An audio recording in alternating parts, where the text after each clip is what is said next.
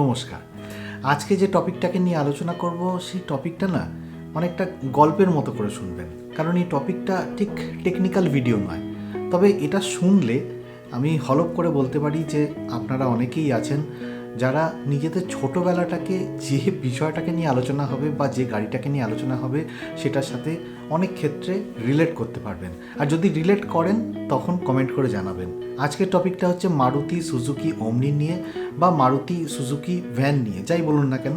তো এটা দুটো নাম কেন সেটা নিয়েও পরে আসছি, কিন্তু তার আগে বলি যে এই টপিকটাকে নিয়ে হঠাৎ করে আলোচনা করছি কেন। আমি যে ভিডিওগুলো করি সেগুলো অনেকেই দেখেন, ভিউয়ার্স আছেন, সাবস্ক্রাইবার কিনা জানি না। তিনি কমেন্ট করেছেন এরকম যে দাদা আমার মারুতি ওমনি ভ্যান আছে, ওমনি ভ্যান নিয়ে একটা ভিডিও করুন, ভ্যানের সব ডিটেলস বলুন, আমি দেখতে চাই। কিন্তু কথা হচ্ছে যে মারুতি ভ্যান গাড়িটা আজকের দিনে তো আর সেল হয় না, মানে সেকেন্ড হ্যান্ড মার্কেটে বা ইউজড কার মার্কেটে আপনি পেয়ে যাবেন, কিন্তু ফ্রেশ বা নতুন গাড়ি হিসেবে সেল হয় না। কারণ 2020 সালেই এই গাড়িটা বন্ধ হয়ে গিয়েছে, ডিসকন্টিনিউ হয়ে গেছে কিছু সেফটি নর্মস না থাকার জন্যে। সেটাকেও পরে বলবো কেন বন্ধ হয়েছিল, কিন্তু তার আগে বলি যে এই গাড়িটা 1985 সালে লঞ্চ হয়েছিল। মারুতি সুজুকি প্রথম লঞ্চ করেছিল ইন্ডিয়াতে মারুতি 800, সেকেন্ড গাড়ি ছিল এই মারুতি সুজুকি ভ্যান, এবং 35 বছর টানা চলার পরে এই গাড়িটা 2020-তে প্রোডাকশন বন্ধ হলো এবং আজকের ডেটে ডিসকন্টিনিউ। এই মারুতি ভ্যানের সাথে কিন্তু অনেকেরই অনেক ইমোশনস জড়িয়ে আছেন। আমাদের মধ্যে অনেকেই আছেন যারা স্কুলে গেছে এই মারুতি ভ্যানে করে। মারুতি ভ্যান গাড়িটা পুল কার হিসাবে ইউজ হতো এক সময়। এছাড়া অনেক হসপিটালে মারুতি ভ্যানটাকে অ্যাম্বুলেন্স হিসেবে ইউজ করা হতো। অনেক মানুষ এরকম আছে যাদের বিজনেসটাই শুরু হয়েছে মারুতি ভ্যান দিয়ে, অর্থাৎ মারুতি ভ্যানটাকে তারা কমার্শিয়াল পারপাসে ইউজ করতো। আবার ফ্যামিলি গাড়ি হিসেবেও এই গাড়িটা ইউজ হতো, ঠিক যেমন হয়েছিল আমার সাথে। মানে 1987 সালে আমার বাবা প্রথম গাড়ি কিনলো, বাড়িতে নতুন গাড়ি এলো মারুতি ভ্যান। 60 কি 80 হাজার টাকা দিয়ে বাবা কিনেছিল, আমার এখন অ্যামাউন্টটা মনে নেই, বাবাকে জিজ্ঞেস করলে জানি না বলতে পারবে কিনা, কিন্তু ওই 60-80 হাজার টাকা দিয়েই মারুতি ওমনি ভ্যানটা কেনা হয়েছিল।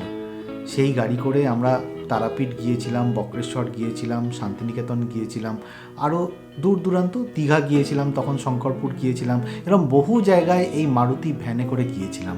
তখন ছোট ছিলাম, 5-6 বছর বয়স ছিল, কিন্তু প্রচণ্ড এনজয় করেছি।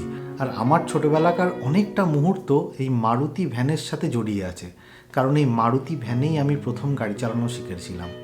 হ্যাঁ, একটু অবাক হয়ে যেতে পারেন, আমার গাড়ি চালানো শেখা শুরু হয়েছিল 11 বছর বয়স থেকে। 11 বছর বয়সে আমার মনে আছে আমি সেকেন্ড হুগলি ব্রিজে মারুতি ভ্যান গাড়িটা চালিয়েছিলাম। তখন বাবারও সাহস ছিল, আমাকে গাড়িটা দিয়েছিল, তাই চালিয়েছিলাম।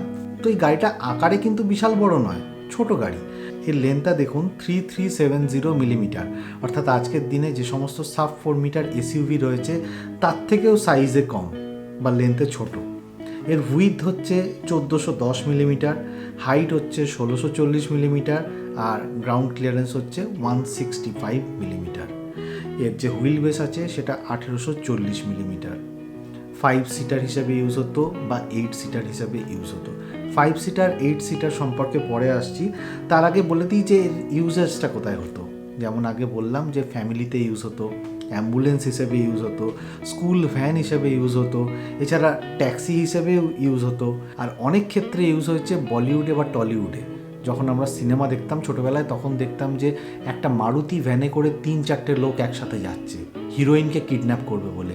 অর্থাৎ এই গাড়িটা এত বেশি সিনেমাতে কিডন্যাপের কাজে ইউজ করা হতো যে এটাকে কিডন্যাপ ভ্যানও বলা হতো।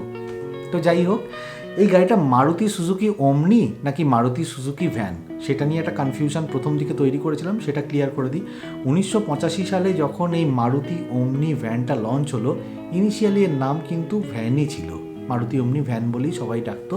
কিন্তু 1988 সালে এই গাড়িটার নাম পায় মারুতি সুজুকি ওমনি। এবার কথা হচ্ছে এই ওমনি নামটা নিয়েও কিন্তু একটা কন্ট্রোভার্সি আছে। 1978 সালে ডজ ওমনি নামে একটা গাড়ি লঞ্চ করেছিল ক্রাইসলার কোম্পানি। তো অনেককে বলতে শোনা গেছে যে এই ক্রাইসলার কোম্পানির ডজ ওমনি, এই ওমনি টার্মটা নিয়েই কিন্তু মারুতি কোম্পানি ওমনি ভ্যানটার নামকরণ করেছিল। ওমনি কথার অর্থ হচ্ছে সবার জন্যে, প্রত্যেকের জন্যে। তো যাই হোক, এই গাড়িটার 796 CC 3 cylinder 4 stroke water cooled petrol engine ছিল। আর এই ইঞ্জিনটা 34.19 বিএইচপি পাওয়ার জেনারেট করতো @5000 RPM, আর 59 নিউটন মিটার টর্ক জেনারেট করতো @2500 RPM। এই গাড়িটা শহরে বহুল পরিমাণে ইউজ হতো। এর পেছনে কারণটাই হচ্ছে যে টার্নিং রেডিয়াসটা খুব কম ছিল, মাত্র 4.1 মিটার। আর টার্নিং রেডিয়াসটা কম হওয়ার জন্যে ছোট জায়গায় বা টাইট স্পেসে এটা ইজিলি পার্কিং হয়ে যেতে পারতো। তো যাই হোক, 35 বছরে মারুতি ওমনির সেলস ফিগারও খুব একটা খারাপ নয়। প্রায় 1.6 করোড় গাড়ি সেল হয়েছে এই 35 বছর ধরে। আর আমি হলপ করে বলতে পারি যে আজকের ডেটেও যদি মারুতি ওমনি মার্কেটে থাকতো, অন্তত 6 থেকে 8,000 ইউনিট প্রায় প্রত্যেক মাসে সেল হতে পারতো। এই গাড়ি তো শুধু 35 বছর ধরে একই রকম স্টাইলে বিক্রি হয়নি, ছোট ছোট আপডেটও এসছে। আমরা যখন গাড়ি কিনেছিলাম 1987 সালে, তখন সেটা গোল হেডলাইট, তারপরে এটা চৌকো হেডলাইট হলো। তো এরকম ছোটোখাটো আপডেট বিভিন্ন সময় আসতে থেকেছে। যেমন 1996-এ ওমনি ই এলো। ওমনি ইটা ছিল 8 সিটার মাইক্রো বাস ভার্সন। 1999-এ ওমনি এক্সেল এলো। ওমনি এক্সেলটা কিছুই নয়, মাইক্রো বাস ভার্সনই, কিন্তু এর যে রুফটা ছিল একটু উঁচু মতো ছিল। এরপর 2003 ওমনি এলপিজি এলো। তারপর 2004 ওমনি কার্গো এলপিজি এলো।